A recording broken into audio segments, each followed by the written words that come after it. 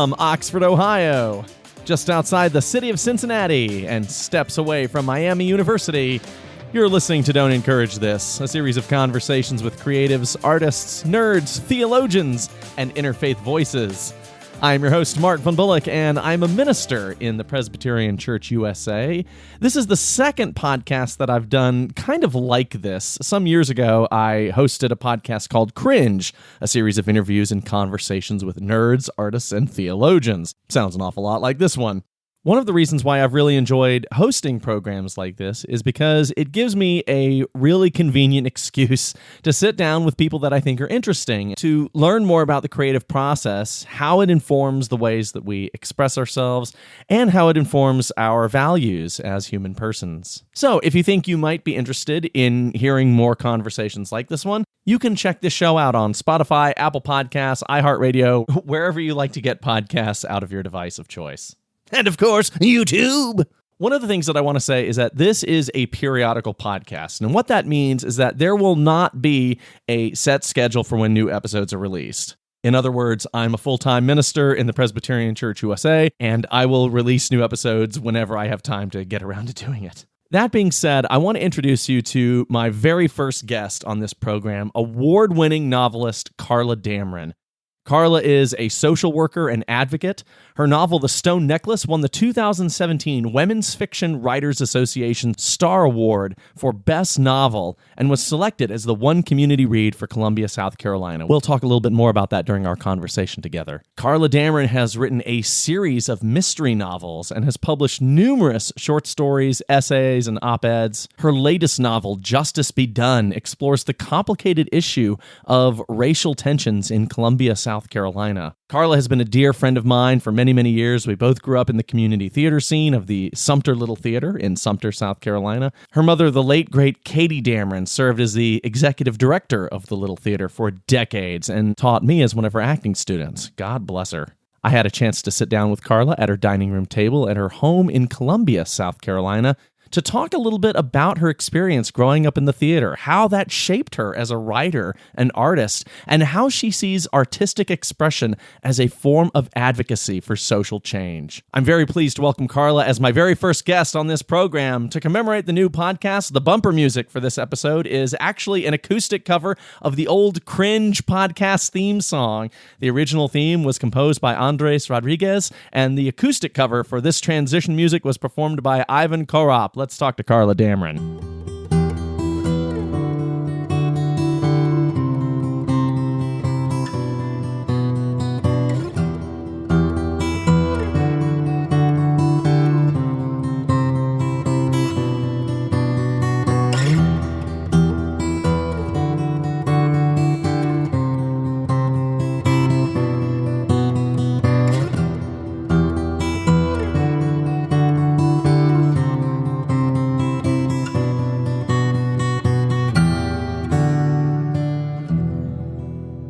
I have a little gift for you. I want to hand this to you, and I was wondering if you could describe to our listeners what you're looking at. I am looking at a play flyer for the play Cabaret. And wow, this was from a long time ago. Oh my gosh. I'm looking at names that I knew growing up. Roger Ackerman, Deanie Ackerman, Fran Dodd, Maggie Kronberg, Tom Kronberg, Ivy Moore, Walter Sharp, Dick Stuckey, Pat Veltri, Gary Heilsberg. I was actually in Cabaret. I was going to ask if you could actually turn to the cast list. There's a character named Fräulein Coast? Am I pronouncing that? Fräulein Kirst. Who plays Fräulein Kirst in this particular production? Carla Damron plays Fräulein Kirst in this particular production. And Fräulein Kirst is a prostitute. Oh, is that right? Yes. I was young, but this was not actually the first prostitute that I played. Oh, really? But anyway, and when your mother's in theater, you get cast as a prostitute. I don't know what else to say about that. Probably a lot of people listening to this will know, but some people may not. Your mother, of course, was Katie Damron, who, of course, was the executive director at the Sumter Little Theater in Sumter, South Carolina for decades. Right. Now, she did not direct this particular production. This was directed by someone named Fran Dodd. Fran Dodd. If that is their real name. Yeah, that's her real name. And she was a director. And I had a solo in this that I was always very nervous about. And it was actually a solo that I had to sing about that was the kind of the national anthem for the Nazi Party. Oh, my goodness. Yeah. Can you imagine? And how old were you? Do you have the year on this? I think I was like 17. Oh, my goodness. I'm not sure exactly. I might have been in my 20s. But yeah, it was a really interesting show. And I really enjoyed doing it. I remember there was a scene where I was in a boarding house and I was sneaking a man out of the house. I would kiss him at the door and he would leave. And then I would sneak a second man out of the house.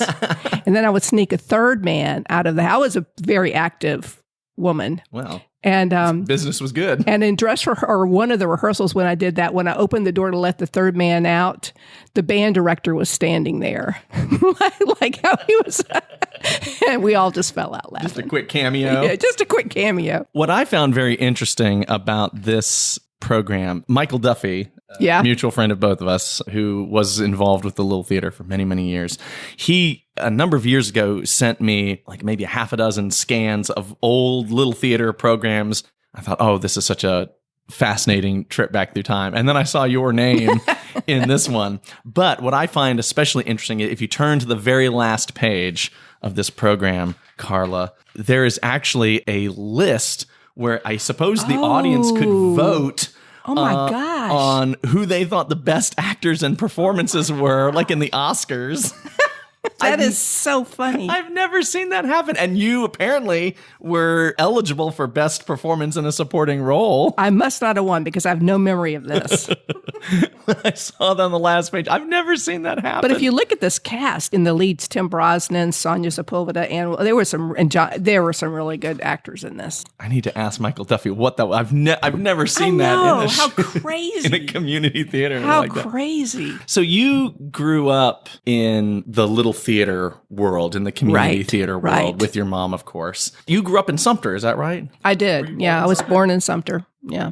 I wanted to chat with you a little bit. What was it like sort of growing up in the world of the Sumter Little Theater and amidst all the creatives and artists? And yeah, I feel really lucky and blessed to have had that in my childhood for so many reasons. One is that it attracted arts people. And Sumter's a small southern town that was big into football. And these were the people and these were the people that were not.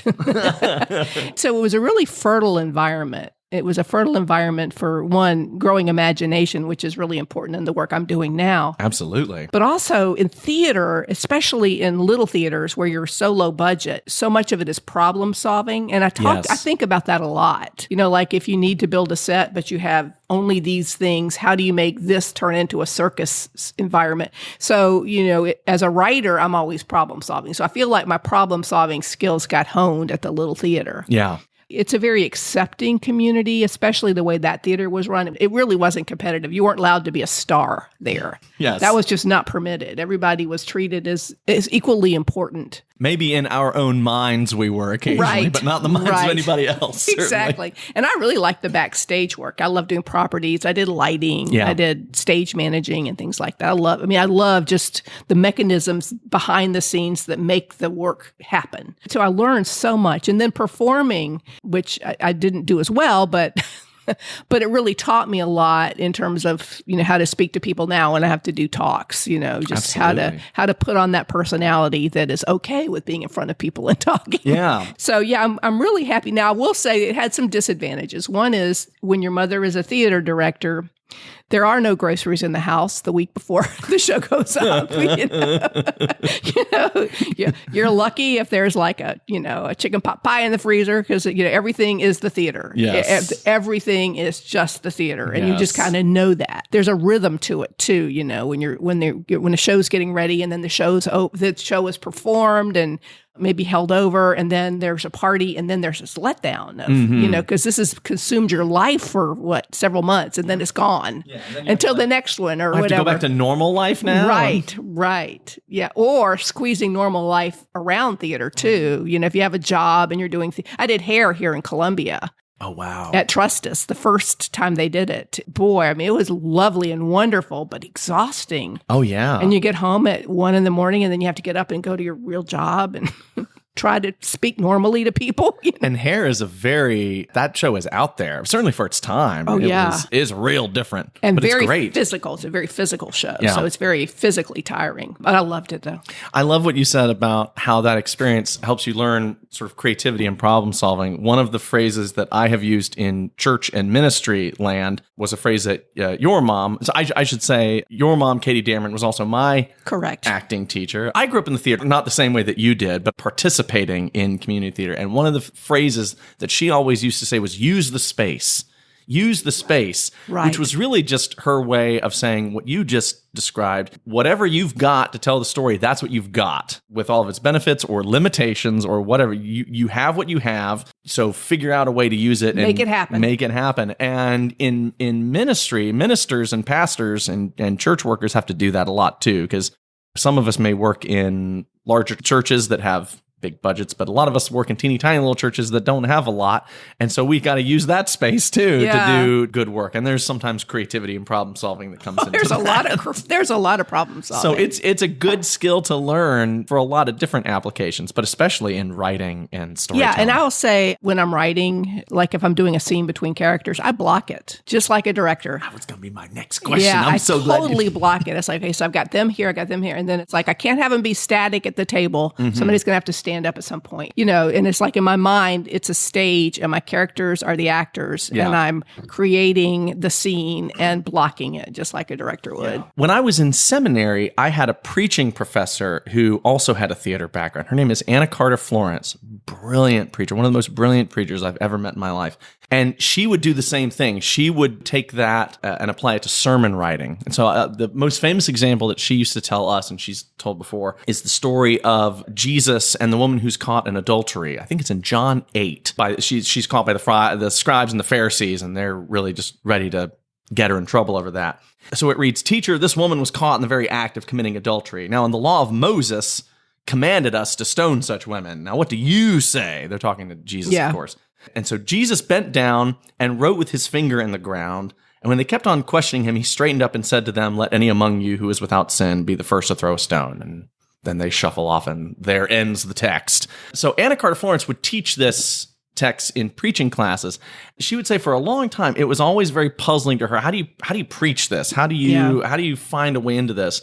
So she decided, okay, I'm just going to block it. I'm going to treat it like it's a scene. I'm going to treat it like it's a piece of theater. And I'm going to get all of my students around in a circle. And okay, you're going to be the Pharisees. You're going to be Jesus. You're going to be the woman. We're just going to, block it and, curtain. So they're out in the the courtyard of the seminary, and they're all in this circle. And each of the actors, students, are doing the lines. And the young man who plays Jesus in this exercise kneels down to write in the sand. And Anna said, for so many years, I was always curious, what in the world is he writing in the sand? Because the text doesn't say. Yeah. But what she realized when they blocked it is that the moment Jesus bends down to write in the sand, everybody else is now no longer looking at Jesus. They're now looking at each other. Oh, that's powerful. Yeah. It's like, because this whole time, everybody's laser focused on Jesus. What do you say we should do to this woman? But the moment he bends down and he bends out of view, now they can't focus on him. Now they're looking at each other, and they're looking at this woman, and they're looking, and she said the energy changes. Wow. And it's after Jesus comes back up in the scene that they kind of just quietly shuffle off. And that's fascinating. Yeah, and she said that completely changed the way she thought about that story. All of a sudden, she wasn't really concerned about what is he writing or not writing in the sand. It was the moment you look at each other, there's something about that forces you to humanize the person you're trying to condemn. Correct. And it completely just, without words, changes the whole. And so anyway, I was thinking That's beautiful. about, I was thinking about that when you mentioned that blocking can help. Just the power of that. Yeah. That's neat. Are there any examples of that in any of the books that you've written where being able to block the scene changed it for you or changed the way that you might approach it? Often. That happens often. One of the things, I have a lot of scenes that take place in therapy sessions. Yes. Because, like in Justice Be Done, my latest, the protagonist is a therapist. And so that's a small space. It's a small, intimate physical space and a small, intimate emotional space. Yes. And so I find that by using silence, having the character, the client say something and the therapist not respond, but just let the silence work in that emotional space. But then how do I communicate that to the reader, right? So, it might be that they're just making eye contact, or maybe I'm reflecting on a gesture or something that the client does, or the client does something that demonstrates their anxiety. So that's kind of one way that I do it. And as a writer, I love it because I love to get deep, deep, deep in my characters. And in therapy, that's exactly what you do. You get deep, deep, deep in the relationship you have with the therapist. The therapist is getting deep into the client to understand absolutely what's happening with them. So they're very similar processes. So as a writer, I'm trying to capitalize on my therapist brain, my writer brain, but then communicating that on the page in a way that's not boring, hopefully, is my challenge. Is my challenge. Yeah. And I've been in therapy, and I'm sure that many of us have been. If you've ever participated in that process, you know that part of what that's about is sort of peeling through the layers of your own personhood and, your upbringing, your family life, where you came from, where you live now, how all of those things affect our choices, our emotions, our being who we are. Right. And as a writer, you've got to do that for all of the characters. All the characters, yeah. It's fascinating, though. I love to do it. For readers, it's like, well, you just created those characters, so you can make them however you want. And I wish that was true, but it's really not. It's like the characters become. Yeah. I don't feel like I've created them. I might have planted a seed. Yeah. But the characters kind of become. And so then I need to get to know them. Yeah. So I'm not assembling them. Yeah. They're not a puzzle with pieces that I put together. Or if they are a puzzle, they're already assembled, and I'm unveiling the different parts as I write. When I talk to some people, they think that sounds really mentally ill. But it's true. It's how it feels. Not if you've been in the arts, it doesn't. Exactly. It's just Tuesday. Yeah, it's just Tuesday. But they do, like, if you have a well-developed character in a story that you're writing, in a story that's still in process, a well-developed character will almost start to operate on their own, or at least it feels like that as the artist. Yeah, I actually wrote a short story, and it's a writer sitting at her computer, and she's writing a scene. And the character that's in the scene is looking over her shoulder and says, "I would never say that." And they get into an argument. Yeah. And you can guess who won that argument. The character. Absolutely. In the writing world, we talk, are you a plotter or a pantser? A plotter is someone that outlines the whole novel, knows where she's going from. And I'm definitely more of a pantser. And the reason for that is not that I'm lazy, although I am, but mainly because once the novel starts and these characters start coming alive, I really can't tell them where to go. Yeah. And it may be that they wind up having to leave the novel because they're going in a direction that no longer fits. But mostly as the characters tell me their stories, it just enriches the story, and I just need to just go with it. So it's a really fascinating, crazed process. But that's what's so beautiful about it, and especially when the characters start to come alive for that. I read something similar years ago. I wish I could remember who said this so I could attribute it, but it was a writer talked about writing dialogue between two characters. And they described it as, when it really gets cooking, when it's really good, it feels like as a writer, I'm just listening in on the conversation and trying to get as much of it down. Right, eavesdropping. Yeah, eavesdropping, as opposed to, okay, you say this and now you're going to say this. It's that they feel alive. Right. At least that's the goal. Yeah, exactly. So how much you must do some plotting, or do you just let the story go? I usually have like the main thread in my head. Like for the Orchid Tattoo, that's my novel about human trafficking. I knew, who the main, once I knew the main characters, once they told me who they were. Yes. I kind of knew what the story arc would be in terms of what the mystery was going to be, how it would probably be solved, and who did it. I always kind of know who did it. But then as I start going, the textures kind of come alive and the layers come alive and the threads come alive. Now, I am notorious for overpopulating when I'm writing, when I'm drafting. Okay. So like the project that I'm working on now, I know I have too many threads. I know that. Can we ask what project you're working on now? I'm actually working on the sequel to The Orchid Tattoo. Are you really? Oh, that's exciting. Yeah. I was curious. So The Orchid Tattoo is about Tessa her name is Kitten in The Orchid Tattoo, and she's a 15-year-old child that has been ensnared by human traffickers. And, and the book is about her efforts to escape and, just the organization that's behind this trafficking. And the woman, Georgia Thayer, who's a social worker who's looking for a missing sister, winds up very involved in Kitten's life and in trying to get her out. So that's the story in The Orchid Tattoo. It's a suspense novel. In this one, Georgia has become, Kitten, whose real name is Tessa, has become her foster mother. Oh, wow. Interesting. And Tessa is trying to live a normal life, but she's not normal. She's come from this trauma. It's about that, but it's another suspense novel, and it deals with the fentanyl crisis. Oh, wow. All my writing deals with social issues, as you know. Yes, and we're going to get into that too, but you work as a social worker.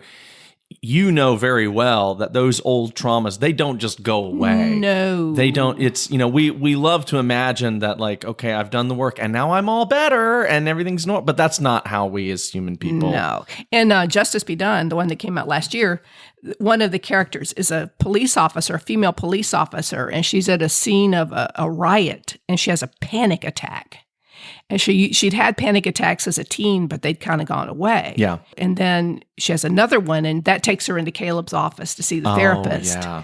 And so the issue is what's making these resurface. Yes. Well, of course it has to do with childhood trauma. Of course. Of course it has to do. And that becomes a major pulse beat in this novel of how she's going to recover, what's really going on with her. And then this horrible murder happens and she's a witness. That's going to be good. But Caleb is having these therapy sessions and peeling back the layers, And she doesn't want them peeled back, but that needs to happen. So, of course. So that's the only way any of us can heal and grow is. Exactly. And it's his job. And, it's all about how to do it carefully. You don't want to push too hard, too fast. You don't want to send them into crisis, but you also want to tackle the avoidance and all of that. So anyway, those things come back and bite us if we don't deal with them.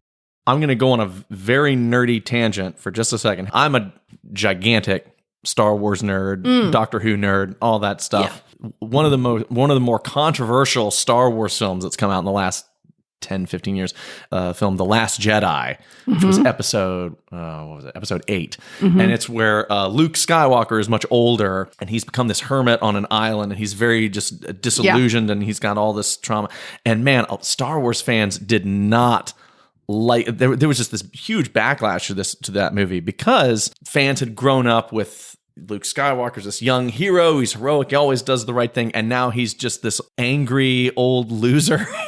That just really bothered people. But when I saw it in the theater, I loved it because I thought that's the only way he could turn out. I mean, if Darth Vader is your father and you live on an island your whole life, you don't have access to therapy or counseling or anything of course that trauma and you have some shame. Some shame. Like there's no way, you just can't live your life and not be affected by it. So I really appreciated that they had the chutzpah to portray that.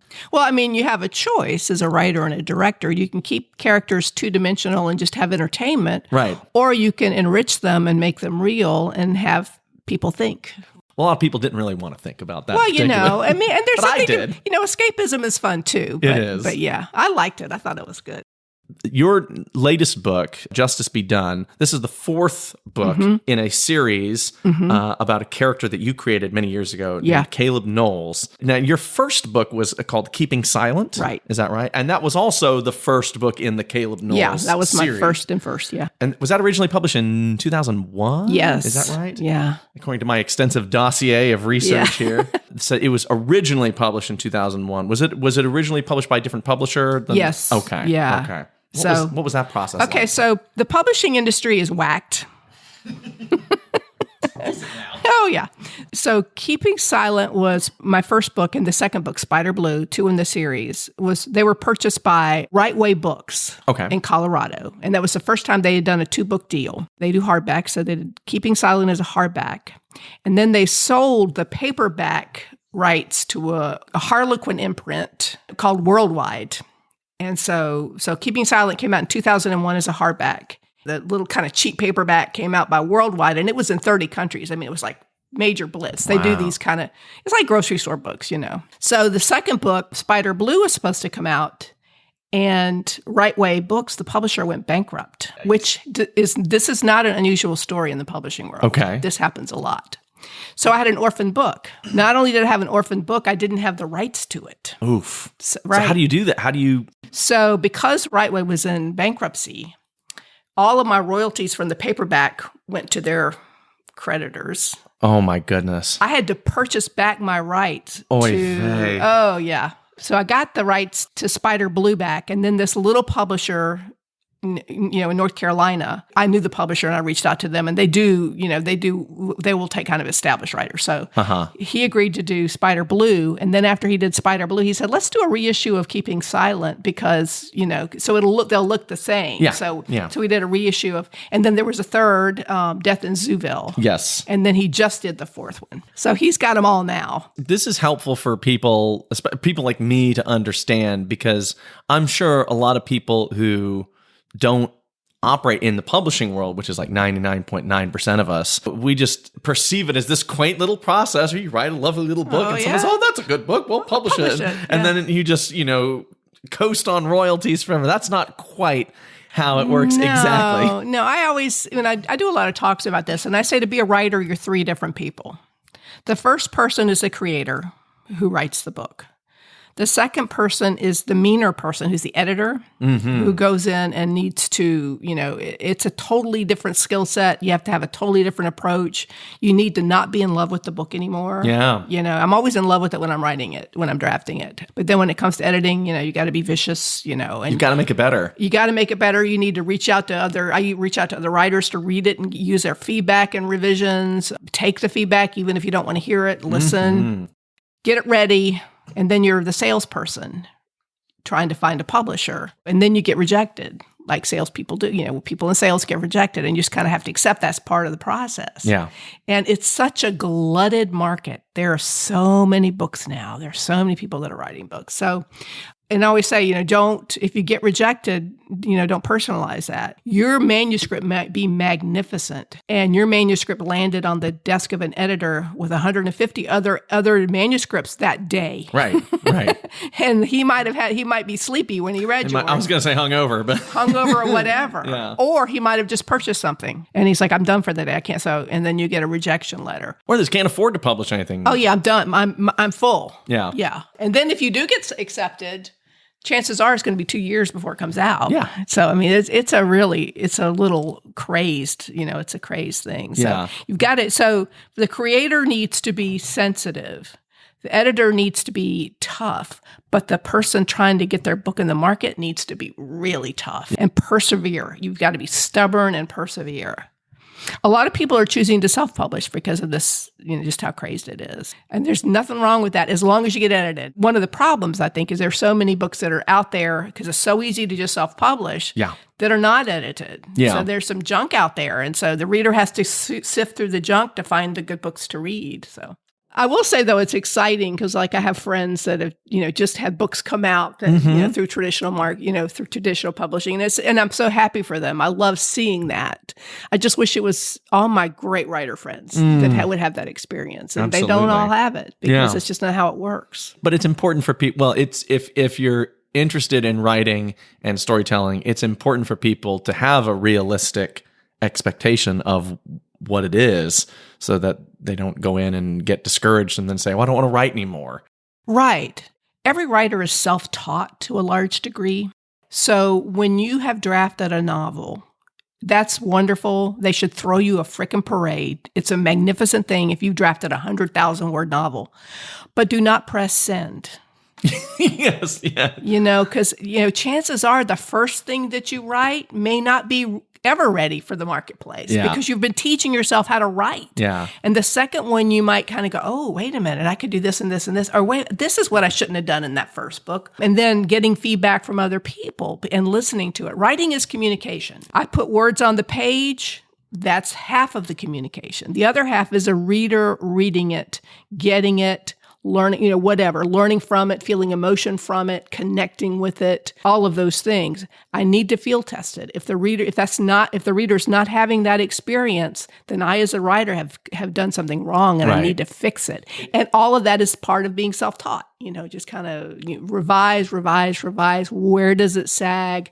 Where does it not make sense? What are the characters that you really, really love but no longer are involved in the story enough? It's not enough that you as the writer may think, well, it makes sense to me. It's obvious to me. Like, that's all well and good, but it may not be obvious to the reader. Right. You and the reader are different people. Exactly. And that's why having an editor or, someone else who's objective can have a better perspective on how the reader may experience this. Exactly. And they might just be really harsh with you in their feedback. Listen to it. They're experts. Feedback from an expert is a gift.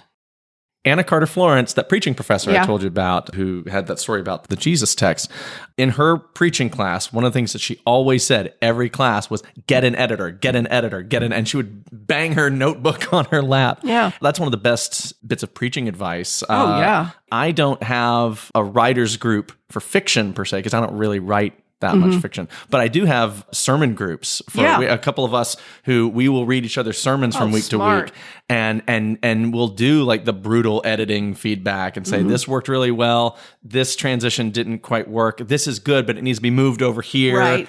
This is a great story. I don't really see what it connects to this passage though. We do that. And that has saved my butt. There we go. So many Sundays. There we go. I would have climbed in the pulpit and just preached something completely incomprehensible. Right. If not for people who can give you that kind of feedback. Exactly. And, and writers, we all have tics, so we have to learn our tics. And, I've been reading submissions and all this beautiful, beautiful, flowery, lovely language. Great. Where's your story? Where's the story? Yeah. Get me to the story as quickly as you can, and I think I was that way 15 years ago. These are things that I had to learn along the way. Sure. Yeah. Sure. Yeah. It's like, that's an awful lot of words for not saying very much. Right. They're beautiful words. Yeah. Beautiful. However. You talked a little bit earlier about building characters. You once said something that really resonated with me. And I think you kind of hinted at this a little bit earlier, that some characters, when you're building characters, there are some characters that they just naturally spring up right away, fully formed. Mm-hmm. They almost just like walking like I know exactly who that person is. And then there are other characters that sometimes have to need a little bit more work or kind of built from the ground up. So where did Caleb Knowles come from? Was he did he just spring forth into being, or did he develop over time? I remember I was in my backyard. I was thinking that I wanted to try to write a novel. Because I'm stupid. I didn't want to start with something short. No, I wanted to go ahead and write a novel. And I wanted to write a mystery novel because that's what I read all the time. And it's like suddenly, bam, these two characters were just standing there. Oh, wow. And it was Caleb and his deaf brother, Sam. I just knew them, knew what their relationship was, had a good idea it was just like, this door just opened and they walked out. And so I felt like it didn't take long to get to know them because they were there. The same thing happened in Orchid Tattoo. My agent actually had the idea of inserting a character. She'd read an earlier draft, and she suggested that I insert a character who was somebody who had been trafficked and then connected with the traffickers and worked their way up in the organization. Oh, wow. She was talking about Ghislaine Maxwell, who worked under. Yeah. And it's like, well, I couldn't do a Ghislaine Maxwell character because I couldn't connect at all. Yeah. But I started thinking about that this would happen. It would be like a Stockholm Syndrome thing that you would just, you would just start identifying with the traffickers. Yeah. And suddenly this image of this woman with long red hair and a convertible appeared. And that was Lillian. And it's like she was so real and she was so strong. And it was like, oh, I know exactly who she is. You just knew who she was right away. I knew who she was. Now, another where that didn't work was when the Stone Necklace is my kind of women's fiction novel. Yeah. And it's about a woman whose husband dies in an accident. And, her picking up her life, kind of reassembling her life after his death and finding out that things are not as great in the home, their financial situation, and everything is kind of in shambles a little bit. So she's got to kind of rebuild a life. Her name was Lena, and I couldn't really get a connection with her. I couldn't quite figure out who she was. She's pivotal. I mean, she's one of the main characters. And I just could not get a handle on her. So I spent the weekend with her one weekend. Okay. And so what I did was, whatever I was doing, I would stop and imagine what Lena was doing. So I'm at the kitchen table having coffee. What would Lena have? Would she have coffee or would she have tea? Right. What would she have for breakfast? What does her cupboard look like? Yeah. She's getting dressed. What's her closet like? Is it really well organized or is it as chaotic as mine? No, hers would be very well organized. What kind of shoes would she put on? Yeah. I'm driving to work. What would Lena be driving? Yeah. What would Lena be listening to on the radio or this, or would she be, we should be listening to a podcast, whatever. I did that for 3 days. That's great. And Sunday evening, I sat down and I was uncorked. It's like, bam, there she is. Now I know who this person is. I know exactly who she is. And realistically, Lena is a character who is hard. She's kind of prickly and guarded. The character is. So she was for me too. Yeah. And she's not somebody. She didn't want you poking around her business. Right. She didn't. No, not at all. She didn't want anybody poking around her business. And she's not as lovable as some of the characters, but she's interesting. And that's what matters. So anyway, so that was so it took a lot longer for her to become real. And sometimes you have to kind of do that work.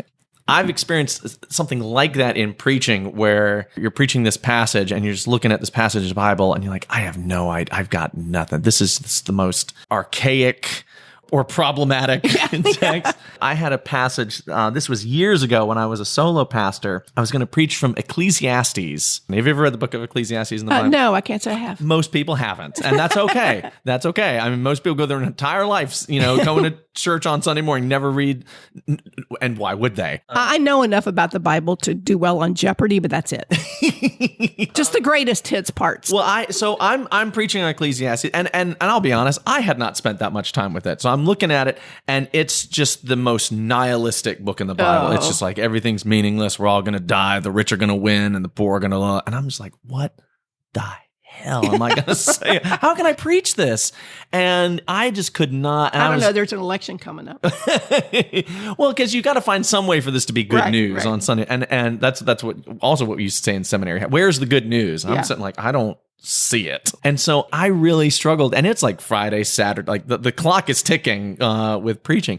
And so I just decided, okay, I'm going to sit down one night. I'm going to pour myself a glass of wine. I'm just going to read this out loud. I'm just going to sit with it and see if something can come out of it.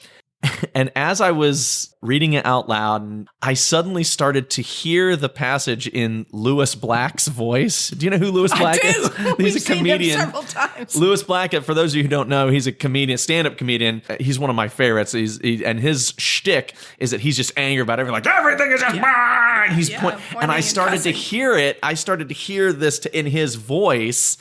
And I started to laugh, and I started to realize, okay, now I know where this is, or I can at least connect with where this is coming from. Now I know how to preach that's this. hysterical. But sometimes you have to sit with a text or story or character for a little while to really, for that connection to be real and authentic. Exactly. And it takes time, and it takes you being vulnerable and letting it happen. And So like you said, there are 4 mystery novels in this series so far. There was Keeping Silent, the first one, along with Spider Blue. They were the first 2 books. Death in Zooville was the third one. Justice Be Done, of course, is the 4th and most recent one. What is it about mysteries in particular that you enjoy? You hinted at this a little earlier. You could write any genre you want. You could write romance, comedy, horror, but what is it about mystery specifically that you find so fun? Well, you need to write what you love, and I don't love horror, so I couldn't write horror. Okay, fair enough. I grew up with mysteries. I mean, Hardy Boys, just on and on. I didn't do Nancy Drew. I went Hardy Boys. Got into, I just all my life. My whole family loves mysteries, so I love the puzzle of them. I love trying to solve the puzzle of who did it, and why they did it. I love that. I love the structure. It's still my favorite entertaining reading. I usually am reading something for entertainment and something for craft. Yeah. I'm addicted to Louise Penny's Inspector Gamache series. Oh, nice. That got me through the pandemic. I mean, I was like, one after the other. So I find them fascinating. And I love series because like with Caleb, I like watching how he changes. Sure. He's a lot's happened. So that's kind of fascinating to me too. I think mysteries have a really strong audience. There's a lot of people that are like me that just love them. I don't write cozies, and I don't really read cozies. Cozies are the ones that are not, there's not going to be sex on the page. There's not going to be a murder on the page. Sure. You'll stumble on the body. Yeah. I'm a little harder than that, but I'm not real hard boiled at all. Sure. I'm more interested in kind of the mechanisms behind why would somebody commit murder? What would drive someone to that point? Because I feel like most murderers are human beings like the rest of us that just get into a really desperate situation and make really bad choices. I've heard a rumor that all of them are human beings. Correct. Amazing. The other thing I've been really careful about is to not have any of my bad guys be people with mental illness, because the mystery genre has done a huge disservice to people with mental illnesses. Yeah. So I didn't want to repeat that. And in fact, in Orchid Tattoo, my main character is somebody who has mental illness who actually solves the crime. Oh, wow. Yeah. So yeah, I love mysteries. But Stone Necklace is women's fiction, and I think I'm going to go back and do another women's fiction. I'm going to write what feels interesting to me to write. Absolutely. That's wonderful. Yeah. I don't think I could do science fiction. I'm fascinated by science fiction. I've read fantasy novels that have just intrigued me, and I'm like, the world building that goes into fantasy novels is just holy moly. But that I don't have that. That's not where I am. I'm just not that good at world building. Well, that you could spend an entire lifetime building a world for just one. Man, yeah. The last year or two, I've been on a real Tolkien streak. I've been trying to wrap my head around the Silmarillion. I read The Hobbit, of course, as a little kid. You and I were talking off mic earlier about The Hobbit and The Lord of the Rings, but the Silmarillion was as a teenager, I just could not get into. It was like trying to read the Old Testament. Yeah, it just couldn't connect. It was just so dense, and they're all, and the Maiar and the Valar. I'm like, what the hell is he talking about? I mean, I couldn't get into. So as the last 2 years, I've been really digging into I'm going to understand this, and it is gorgeous. I mean, just the mythology and the lore of it is unbelievable. I mean, it's unreal. But he spent his whole life building that one story. Isn't that incredible? Yeah, but if you're someone who wants to write lots of different kinds of stories, right. And, that may not be how you want to dedicate all of your creative energy. But I admire it. I just admire it so much. I mean, it's pretty impressive. And I liked what you said about humanizing the antagonists as well, because the best villains are the ones where we can kind of understand where we're coming from. Exactly. We may not agree with them, exactly, but we can at least say, I get how you got there. Right. Even if I don't think you should have done that. You made some bad choices, but I can see how you got that desperate. Yes. Yeah. But you made bad choices, and I hope I would never make that bad choice. Yeah. But it gives us empathy for even That's the bad. much more interesting to me than just a two-dimensional bad guy. Absolutely. I have a little note here to ask you about this thing that authors sometimes refer to, which is called author insert. Could you explain to us what author insert is? I don't even know. It's so my understanding of it is it's when an author writes a character and the audience suspects that the character is really just the author in disguise. Yeah. So Stephen King, his book It, which is a horror book, is one of the most famous examples where his whole life he insisted this is not author. This character's not me. And the character is this horror novelist from Maine who's a bestseller, and his whole life the reader's been like, come on, dude. Who are you trying to But recently, I heard a quote from a different author who talked about author insert, where she said that the character is not me. This is a different person, but this is kind of what I might do if I were them. Yeah. And I really liked the way that she kind of framed that, because it's like, this isn't me. This isn't I don't do this, and I would not do this. But as a writer, part of what I'm doing is trying to get into the minds of these characters. Right. And as a writer, you are making creative choices. Right. And so there is maybe a part of me as a writer, if I were a person like this is what I might do. Right. Do you agree or disagree with that? I do. I think author insert would be true of a lot of my characters, because they're, it's like Caleb definitely has my sense of humor. You know, Georgia has my kind of passion about, social issues and things like that. But both of them push the boundaries farther than I would. Sure. And both of them are sort of like, if I had the nerve, this is what I would do, or if I knew it wouldn't, if I didn't mind getting in a lot of trouble, this is what I would do. Yeah. So both of them take risks that I wouldn't take, but would maybe think about taking. Yeah. So I think definitely. You mentioned that Caleb has changed over time. Yeah. He has a character arc that, I mean, Definitely. How have you seen, well, I don't want to go into spoilers for folks that may not have read the books. Have you seen the process of writing Caleb change for you at all? Or is it just sort of like checking in on someone you've known for a long time? No, it's definitely changed because the books have changed. The first book was just in his perspective. The second book was just in his perspective. And the third book, I took on other points of view, because I knew more about writing and I wanted to do that. I wanted to get I like to write in close third. We call third person, but close. In Justice Be Done, I am in 4 points of views. So the books themselves are more complex. Oh, wow. I mean, structurally, how I do them, they're more complex. The fourth Caleb happened because I hadn't written him in a long time. Mm-hmm. I had a dream. Where Caleb and Sam were in a scene. Oh, wow. It's like knock, knock, knock on my subconscious. It's like these characters are not done. And that scene is the opening of this novel. Wow. Was that what got it going? Yeah. Wow. I hadn't really been thinking of doing it, Caleb, but I was like, well, maybe I'm supposed to. Wow. Maybe I'm supposed to. How close is that scene in the book to what was in the dream? Is it pretty close? The situation is close. The dialogue is very different. Sure. And what happens, it was just sort of the impetus. Yeah. Death in Zooville is about a murder that takes place during race riots. Think about the race riots that we had here a couple of years ago. Absolutely. And that's the backdrop. And I wanted to explore. So it's a murder mystery, but I wanted to explore why it is, as a social worker and as a writer, why it is that these racial tensions from several hundred years ago are still here. And they bubble up and then they explode. Why have we not dealt with it? And until we do, it's just like unresolved issues from childhood. If we don't deal with this, it's going to keep happening and it's going to keep playing out. And I foresee that it's going to happen probably in a year, or 9 months, because we don't deal with it. And we should remind people when we say happening here, you're talking specifically about Columbia, South Carolina, where the book is set.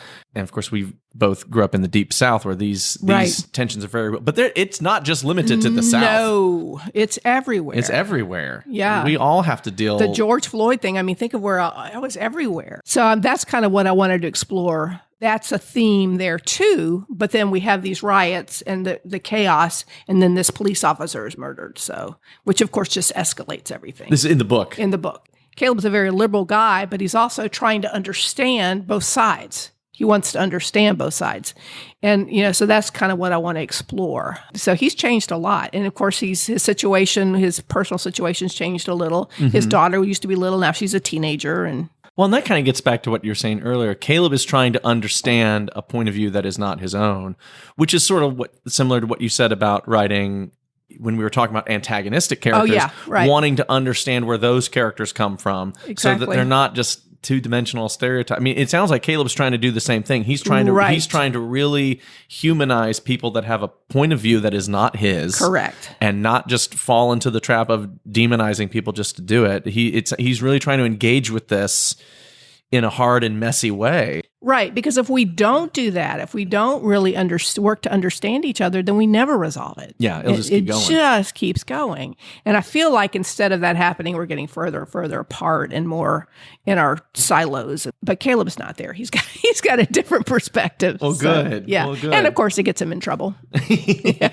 Well, that has to happen. Of course, in order for it to be a good story. What do you look for in a project or an idea? I'm sure you must have tons of different ideas for stories and books all the time. How do you know when an idea is right to devote what is going to be a considerable amount of your time and your energy? How do you identify, okay, that idea needs to be a thing? How do you do that? I would say part of it is writing is therapy for me. Okay. I used to work for the National Association of Social Workers in South Carolina, and I did some advocacy related to human trafficking. In that advocacy, I learned so much about the crime, how pervasive it is. How pervasive it is here in South Carolina.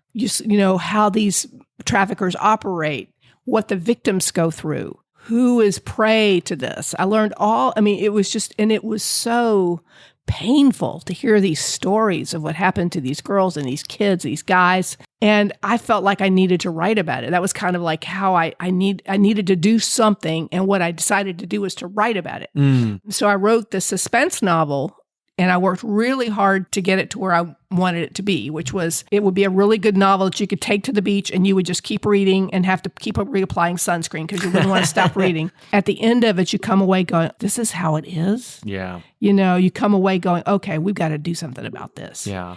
And I'm really, really stunned and pleased at how many readers are responding exactly that way. They're reaching out to me. I'm doing book clubs. I'm doing, kind of other appearances where we talk about trafficking. And I really wanted to increase awareness, but not just awareness, but a sense that, yeah, this is a really bad problem. This is a really bad problem we have to address. And these are some things that we can do, So it's not preaching, but it's, I don't know, maybe agitating a little, getting readers going, oh my God, we've got to do something about this. This could happen to my kid or my next door neighbor's kid, and we got to stop this. And that must be for you as an artist, just the craft of doing that. That must have been a unique challenge as well. Because like you said, I want this to be an engaging story. I want this to be entertaining. I want this to be thrilling. I want the reader to need to keep going, as opposed to saying, oh my God, this is so depressing. I can't get into this book. But at the same time, you don't want to glaze over that stuff either. You want it to be all those things and also convey the gravity of what this is. That must be a very unique challenge for you as an artist. It took 6 versions, Mark, because the early versions were graphic. The early versions had a lot of what these girls really experienced. And I gave it to a friend to read, and she said, I can't read it. I'm a mom. I can't read this. And I'm like, well, that's a problem. For me, that's a problem because I want moms to read it. Moms are my target audience. Yeah. So how do I make this readable for a mom? Yeah, absolutely. Oh, that's a good point. And so I realized, okay, well, I don't need to do that. I don't need to go into graphic detail. I can lead up to what happens, and then I can show you what happens after. And your mind will tell you exactly what happened. Right, sure. And your mind will probably tell it worse than I would. Yeah. And so that made it to where people could read it. And I had readers say, I put your book down, I paced around the house, I wasn't going to pick it up again, and then I ran back and picked it up. Good. Now we got it. But that's why that feedback is so important. You were talking about feedback. If you had just published the first draft, no one would have read it. No. And even if it was brilliant, I mean, and it probably was, but it would not have accomplished what you needed it to accomplish. It wouldn't have reached the people that I needed to reach. Right. And because of the subject matter, I had a hard time getting a publisher. They're like, oh, this is tricky. I'm like, oh, yeah, but it's important. Yeah. It's important. Were there publishers that didn't even want to look at it or even read it? Or would they at least read it and say, Yeah. Some would read it and some would say, some would want it to be more graphic and more of a thriller than a message, fiction with a message. Yeah. And I didn't want to do that. And then and then others were like, oh, that's just a hard topic, And it's like, well, yeah, it is. But it's an important topic. But it's real. It's real, right. Kohler Books accepted it, and they did a good job with it. I thought they produced a really pretty book, a nice-looking, eye-catching book. Cover is beautiful. Yeah, they did a good job. So it's doing its job. It's kind of organically doing its job. I keep, it's spreading slowly, and I love that. But that's a great example about how that editing and that feedback is so crucial to accomplishing what you need to accomplish as a writer. Mm-hmm. Get an editor. That's what Anna says. Oh, yeah. Listen to Anna. I've done about, I don't know, 60 book clubs. And I just love listening to reader feedback because it's like, they get so fired up. Like, what can I do? I'm like, well, let's talk about legislation. Yeah. Let's talk real specifically. Let's talk about what's going right. Yeah. And let's talk about what we still need to work on, so. And isn't that exactly the conversation that you are hoping that this book will do? Exactly. Yeah. That's great. Yeah. That's awesome. I'm going to bring up Stephen King again. Boy, this is like the third time I've brought up Stephen King in this conversation. Yeah, he can be at my dining room table anytime. I enjoy Stephen King. I enjoy him as a speaker and a personality. I wanted to ask, do you keep a notebook? The reason I ask, Stephen King, years ago, he wrote a book called On Writing, which was a collection of essays about his musings on the craft of writing, which is what we're doing now, I guess. He made a very compelling case for not keeping notes in a notebook. He describes it as an effective way of immortalizing bad ideas. Do you agree or disagree? I love that. I don't keep a notebook. Now, if you walked in my office right now, you would see, giant Post-it notes with scrawls. Yeah. I'll do that. But those Post-it notes, those get trashed when the story's done. Yeah. So no, I don't really keep notes. I don't keep a notebook. I'll jot down stuff kind of randomly if I think of a good phrase or a good description or something. But I'll usually lose it, so it doesn't matter. Yeah. so that's funny. Yeah. It's like, I kind of half agree with him and half disagree. I don't keep a notebook. I type everything digitally anyway. I do keep notes and ideas, but I don't have a lot of reverence for those notes. Right. If I go back and look at them later, I'm usually pretty critical. And I'm like, most of this is probably crap. Yeah, it would be like, nice navel gazing, Carla. Yeah. I definitely don't subscribe to the notion that just because I wrote something down in a notebook or a Google Doc or whatever, that means it's brilliant. Like, it's probably unusable. No, yeah. So, or it's not unusable, but it's a step towards something usable. Yeah. And it might not need to be retained. Now, having said that, I'll make the counter argument now. This is what years of therapy and analysis, and I can hold two conflicting emotions at the same time. I have gone back and looked at old notes for sermons that wound up not getting used, either for it didn't work that particular text or for that particular Sunday. And I have thought, that didn't quite work. But I know how to go back and redo it now. And use it. So sometimes there's a kernel of something, but like digging for gold, you gotta sift through a lot of crap before finding something that's good. And the same thing is true when you're editing. It's like, oh man, I really love this character, but she's just no longer relevant, and I have too many characters, and somebody's got to go, and it's got to be her. Mm-hmm. Well, she didn't go in the trash.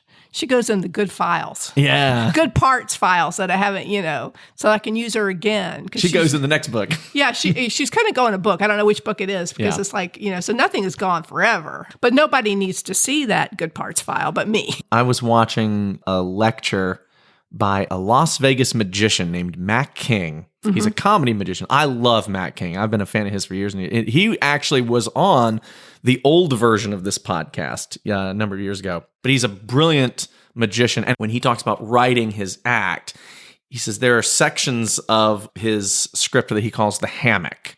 And what he means by that is this section that I've written over here is immovable. This section I've written over here is also immovable. But this section in the middle, I could maybe pull this out and put something else in there without the whole house of cards falling apart. Oh, that's so interesting.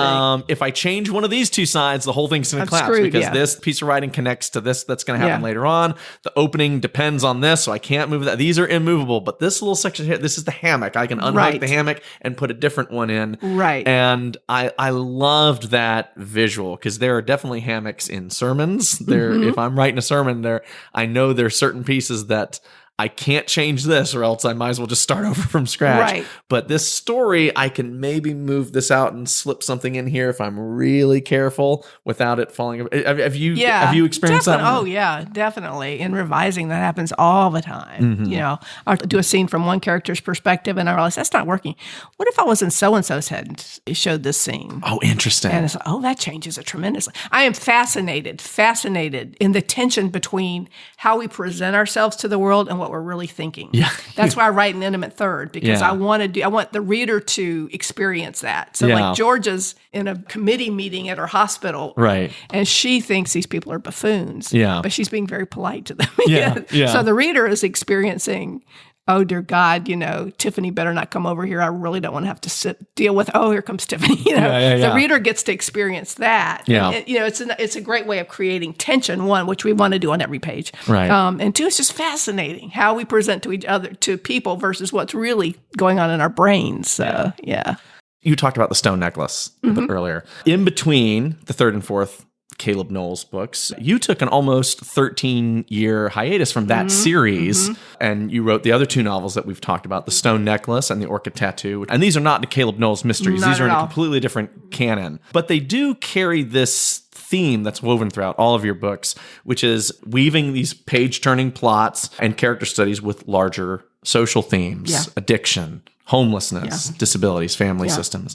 And you talked a little bit about The Stone Necklace is women's fiction, and that was a very ambitious idea. Crazy. That was told from like 5 different perspectives. Yes. So how Carla, how did you do it? So I started writing it. So it's about the people whose lives, their lives intersect at the event of this car crash and how it changes them.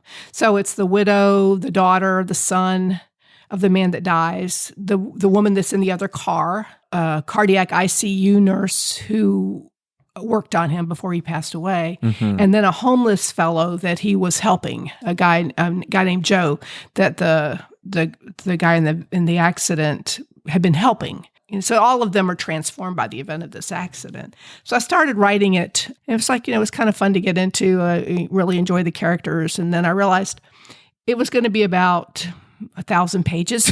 Oh my goodness.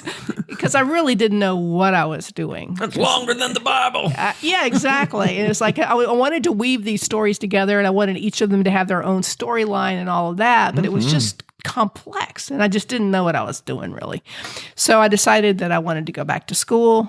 So I did. I applied to a couple of low residency MFA programs and got accepted in Queens and Charlotte, which was easier because it was it wasn't that far of a commute. Oh, sure. And so I worked on this novel in that program. And it really kind of helped me figure out what I was doing wrong, what I was doing right. There was a lot I was doing wrong. Oh. And so the first 200 pages were my thesis. Wow. And so, but I still had more to write. So I worked on this for like 5 or 6 years. Yeah. I mean, because it was a complicated Did you thing. get a degree for this book? Yeah. Holy moly. I got my MFA. Holy moly. I mean, I worked on other things too while I was there, but this was why I went. Holy moly. That's incredible. Yeah. So I got my MFA, and I'm really glad I did. One of the main benefits of that degree is that I met a group of other writers that are still my peers and friends, that they're like my first readers. They're just really a great support system. But this is no ordinary editorial process. I mean, this is a very intense. You workshop. I mean, it's very intense. Yeah. Which is wonderful. I mean, it's a great experience. It's hard. It's painful at times. You get eviscerated at times. But then sometimes you come out with like, oh my God, this is really helping me. I'm really figuring this out. So fast forward, I continued working on it. And finally, I had a draft, and my friends read it and gave me feedback, and I revised. And then I started looking for a publisher, because my other publishers would do mysteries. They don't do this kind of novels. It's a very different kind of story. Very different. And I approached Story River Books, which is an imprint of USC Press, the University of South Carolina Press. Pat Conroy was the editor at large for that, and they accepted it. Wow. So, yeah. That was really cool. That's pretty amazing. Yeah, it was really, I mean, the fact that I got to read he sent a letter about the book and what he loved about it. And didn't he write the foreword? No. He did a blurb for the... He did a blurb. I know he wrote something. Henry wrote the foreword. That's right. I knew he wrote something. Yeah, he wrote an endorsement that was just amazing. He was just an incredibly generous dude. I mean, he was just amazing. And that book was the one book, one community read for Columbia. For those listening who may not know, explain what that is. So that's like everybody is reading the same book at the same time. And there are all these events for it. The library has events. They bring in other arts. So they did a thing where they had photographers, get early copies of the book and read it, and then take photographs in Columbia that related to the book. Yeah. It's called the Stone Necklace. So they did stone necklace making classes. A couple wrote a song about it. I mean, they pulled in all these arts. It was really neat. That's amazing. Really remarkable. And it was actually published in the newspaper. What do you mean? What was published? Not the novel. Book.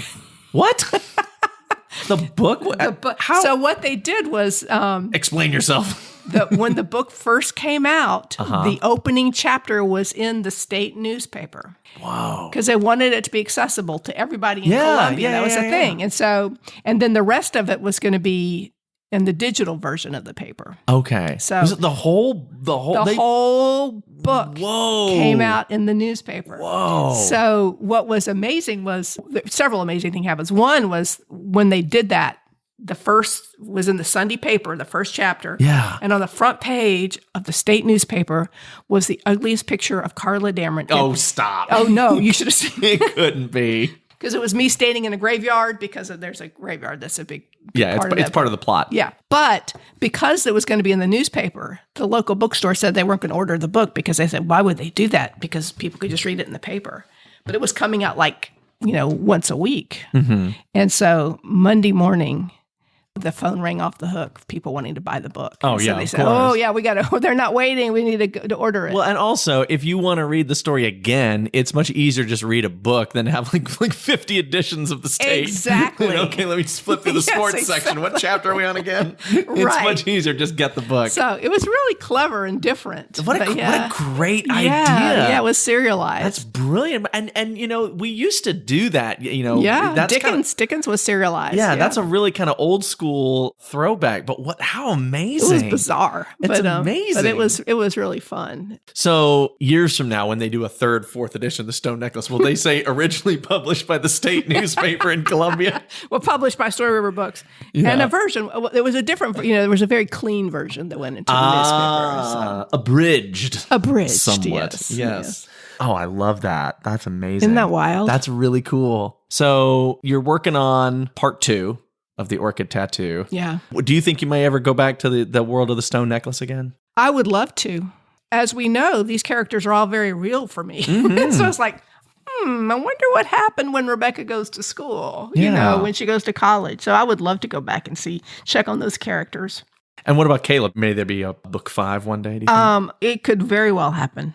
Because, sometimes he just comes back. Yeah. As we know. Sometimes he intrudes your sleep. Yeah. And just to says, say, knock, hey, knock. You got to write another one.